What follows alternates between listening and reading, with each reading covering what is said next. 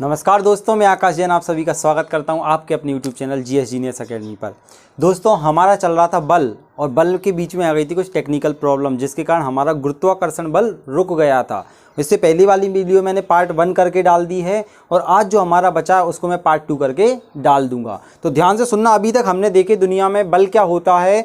तो बल जो किसी भी स्थिति या बल जो किसी भी वस्तु की स्थिति में परिवर्तन ला दे उसे बल कहते हैं। बल कितने प्रकार के होते हैं दुनिया में? 4 प्रकार के होते हैं। पहला नाभिकीय बल, सबसे प्रबलतम बल। दूसरा कौन सा होता है? चुंबकीय। तीसरा प्रबलतम बल वॉन डेर वाल बल, जिसके अंदर अगर ससंजक बल, असंजक बल, घर्षण बल, पूरे के पूरे अपन ने देखा था। अभिकेंद्रीय बल, अपकेंद्रीय बल, ये बल आते हैं। अब आता है सबसे इंपॉर्टेंट बल है गुरुत्वाकर्षण बल। जो क्या होता है गुरुत्वाकर्षण बल? यह सबसे कमजोर बल होता है। यह क्या होता है? सबसे कमजोर बल होता है। ध्यान से सुनना। और दूसरा, ये अनंत दूरी पर भी लग सकता है या लगता है। ये अनंत दूरी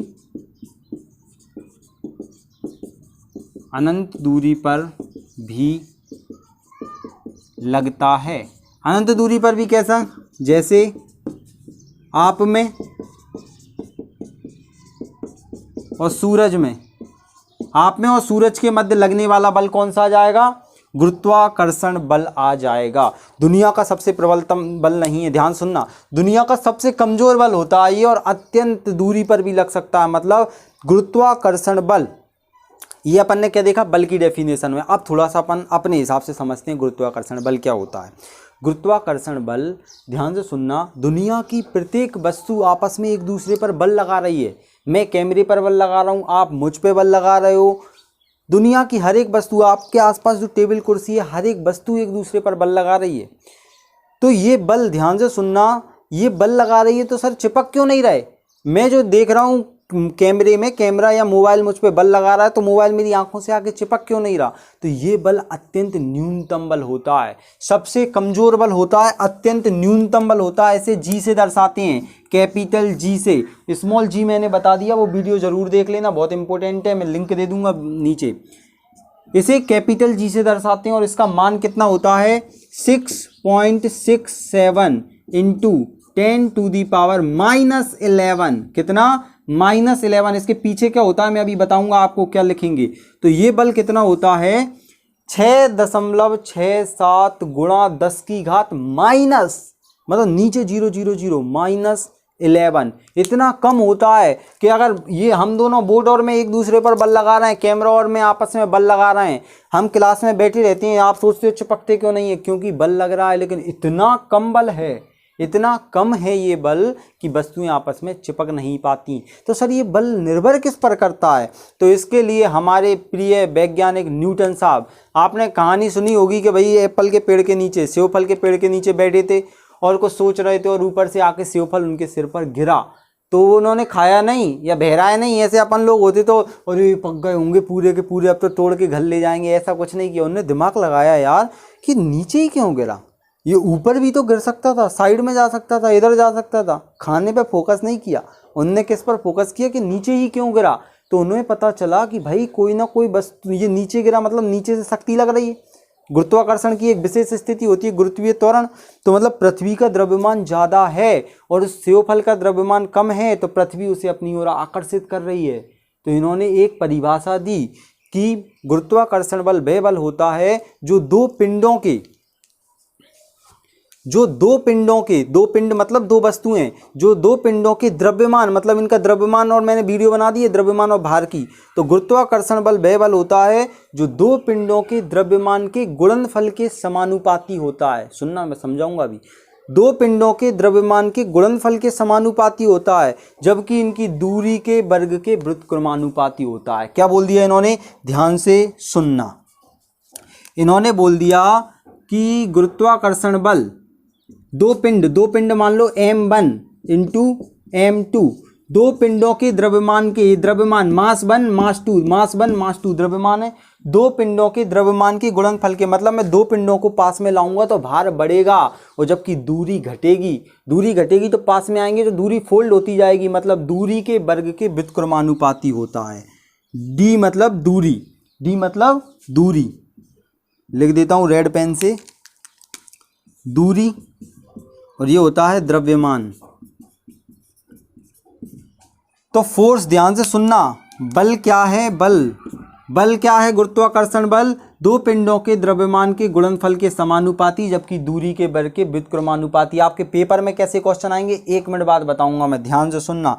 तो ये सर ये बल इतना मामूली होता है 6.67 गुणा 10 की घात 8 10 की घात -11। इसके पीछे क्या लिखते हैं, पीछे भी तो कुछ लिखा जाएगा, तो ध्यान से सुनना। इस बल को उठा के रख देते हैं यहाँ पे अपन जी, ये आपको पेपर में लिखा आएगा, आपसे पूछा जाएगा कि बताइए कौन सा कथन सत्य है, एक ऐसा या दूसरा या तीसरा। तो आपको कौन सा लगाना है, गुरुत्वाकर्षण बल जी का मान हमेशा निश्चित होता है, जी का मान हमेशा निश्चित होता है। जी मतलब कैपिटल जी, स्मॉल जी मैंने वीडियो बताई है, उसका मान बदलता रहता है, गुरुत्वीय त्वरण का मान बदलता है स्थान से, लेकिन गुरुत्वाकर्षण कैपिटल जी का मान कभी भी किसी भी स्थान पर बदलता नहीं है।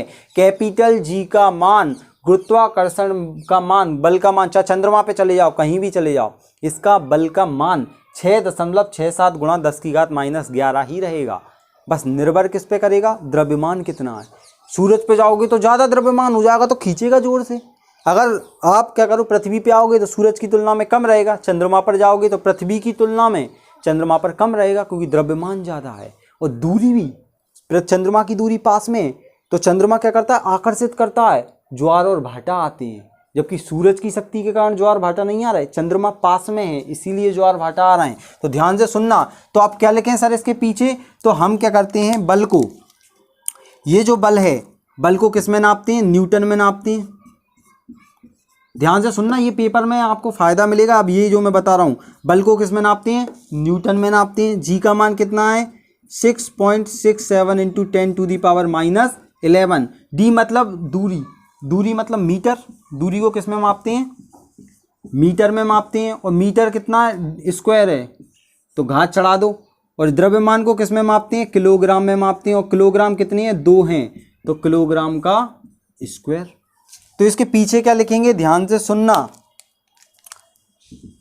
इसके पीछे लिखेंगे न्यूटन मीटर स्क्वायर, इसको यहाँ ले जाएंगे नीचे, तो इसके पीछे लिखेंगे न्यूटन मीटर स्क्वायर, और ये नीचे आ जाएगा पर किलोग्राम स्क्वायर।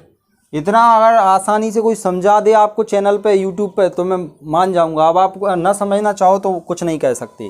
तो ये पेपर में पूछेगा जी का मान कितना होता है और इसमें घुमा देगा तो कितना होता है, न्यूटन मीटर स्क्वायर और पर किलोग्राम स्क्वायर, और ये कभी बदलता नहीं है, जी का मान कभी भी बदलता नहीं है। बदलता क्या है, द्रव्यमान और दूरी बदलती है। और पेपर में क्वेश्चन आया था, अगर मैं दूरी को दुगना कर दूं, दूरी को दुगना कर दूं तो गुरुत्वाकर्षण बल कितने से कम हो जाएगा। क्वेश्चन, दूरी को दुगना करने पर जी पर क्या प्रभाव पड़ेगा। मान तो उतना ही रहेगा, बस प्रभाव क्या पड़ेगा, ध्यान से सुनना, ए बी सी डी उतना ही रहेगा।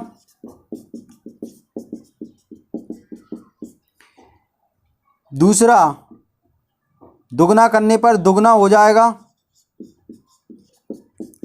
दुगना हो जाएगा 1/4 या फिर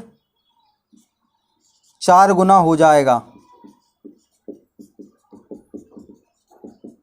चलो फटाफट मुझे बताना अगर आपका दिमाग कितना काम कर रहा है। क्वेश्चन आएगा कि अगर आपको ये समझ में आया तो आपको तुरंत आ जाएगा, दूरी को दुगना करने पर जी पर क्या प्रभाव पड़ेगा। अब मैंने बताया है या न्यूटन साहब पहले ही बता गए, 1600 के समथिंग बता गए थे, 1680 के समथिंग, कि भैया दो पिंडों के द्रव्यमान के गुणनफल के बराबर होता है, दो पिंडों के द्रव्यमान के गुणनफल के बराबर, जबकि दूरी के वर्ग के।